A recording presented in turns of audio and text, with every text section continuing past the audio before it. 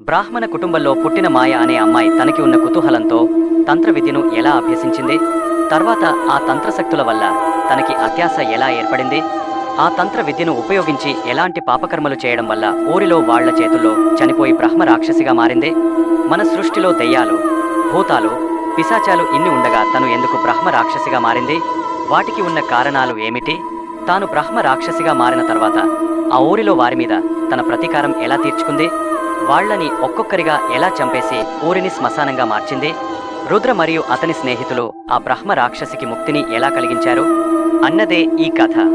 బ్రాహ్మణ కుటుంబంలో పుట్టిన మాయ అనే అమ్మాయి తనకి ఉన్న కుతూహలంతో తంత్ర విద్యను ఎలా అభ్యసించింది? తర్వాత ఆ తంత్రశక్తుల వల్ల తనకి అత్యాశ ఎలా ఏర్పడింది? ఆ తంత్ర విద్యను ఉపయోగించి ఎలాంటి పాపకర్మలు చేయడం వల్ల ఊరిలో వాళ్ల చేతుల్లో చనిపోయి బ్రహ్మ రాక్షసిగా మారింది? మన సృష్టిలో దెయ్యాలు, భూతాలు, పిశాచాలు ఇన్ని ఉండగా తను